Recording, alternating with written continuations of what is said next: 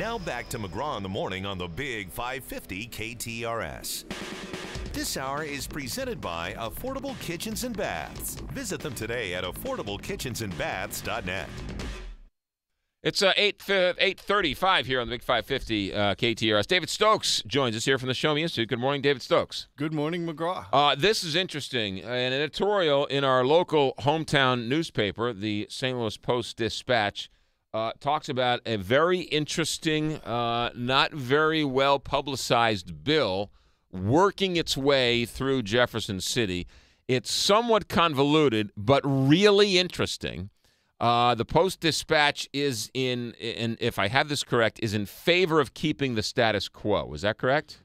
Correct. So Okay. they're opposed to the They're opposed to the bill. No, I'm sorry. They support the bill. They support the bill. Which is SB 412, and then there's a House companion. The title of the House companion, I don't know. Okay, so the Post editorial board is against the status quo. They're in favor of tightening up the status quo, which is basically what the bill does. Explain what is going on. There's a little private fight going on in the alcohol industry. Explain what's going on. And that's what makes it so great. Talk about something the average person can relate to. That's right. Let's talk about booze and keep your government paws off my booze. Amen to that, first of all. No, what SB 412, and again, there's a House bill. The title is escaping me. What it does is it solidifies the three-tiered alcohol distribution system in Missouri, which is you have your brewers or your distillers, and in order to get their product to market, they have to make use of the distributor, right? Sort of the middleman, and then the distributor takes it to the final retailer, the grocery store or the bar. Right. So Anheuser-Busch Brewery can't sell to Joe's Corner Bar. You have to go through Gray Eagle or whatever. Right. There's hundreds, if not hundreds, close to hundreds of different distributors for beer, for wine, for hard liquor, covering the whole state of Missouri. And it's more or less the same way throughout the country, but every state has their own minor changes to it. Okay.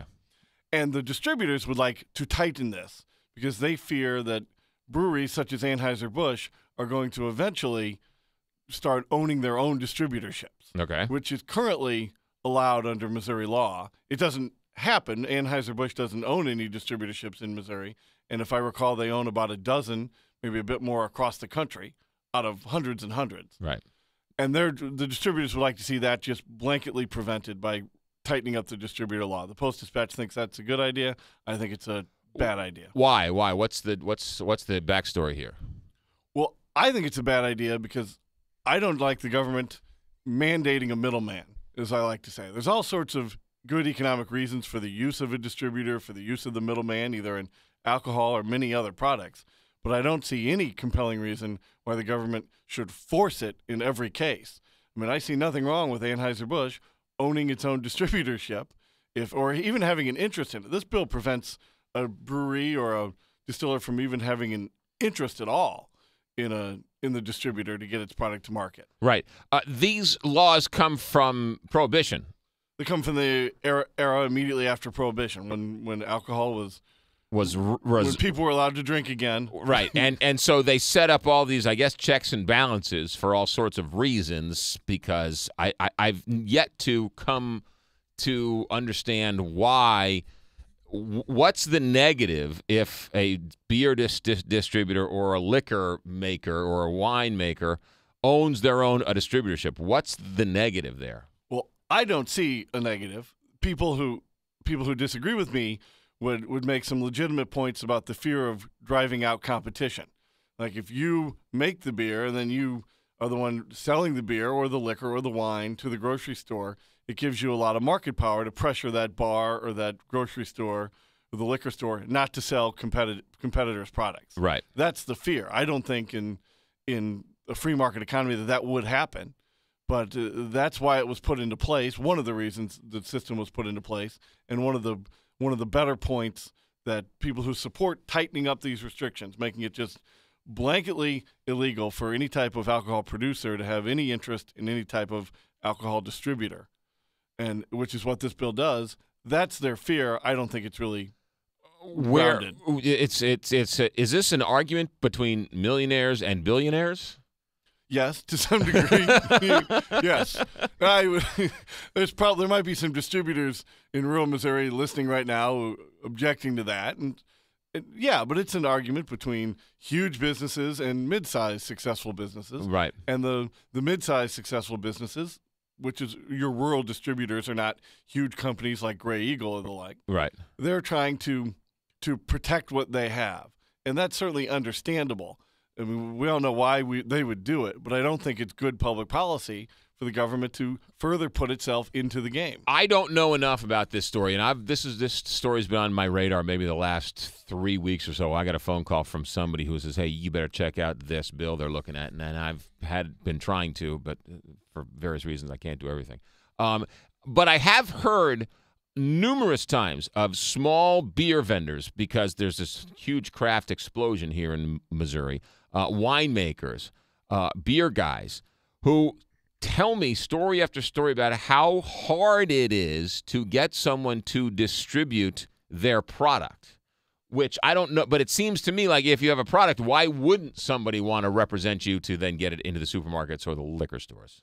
Well, absolutely, and I've read reports of those same stories for small craft brewers as they're beginning, and that makes my point. I mean, that's an argument for loosening up the distributor requirements so that small brewer can just go to their local bar and say, "Can I bring you some kegs for you to sell to people?" Why do you force them to have a middleman as they're up and going? They should be, small brewers and crafts should be able to take it directly to the end user. And I see nothing wrong with huge companies also taking it directly to huge end distributors. Like, I don't know why Walmart or Schnucks or whomever has to go through a distributor to sell cases of Anheuser-Busch beer.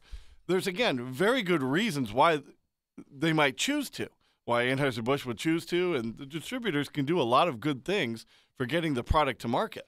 But I just don't see a true government role mandating it. With all the things they're not doing down in Jefferson City, what's the argument that this will actually get done? I mean, is there some groundswell to get this done? Is there if Anheuser-Busch wants to, I mean, Anheuser-Busch would be in favor of this law, you would think, right? No, they're strongly opposed. They're against it. Okay, because they want to tighten. The bill takes the current distributor system and tightens it. And further prevents Anheuser-Busch or any type of alcohol producer. So the distributors are the ones who are in favor of this. They want to keep their hand regulated in being the middleman.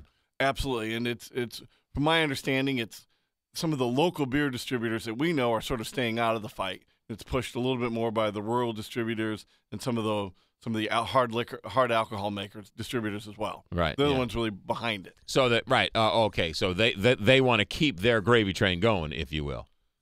They don't want to create the competition of somebody going around them straight to the bar. Exactly. Or the restaurant or whatever. They want to further use government to cement their role even further. I thought rural Missouri was against government intervention.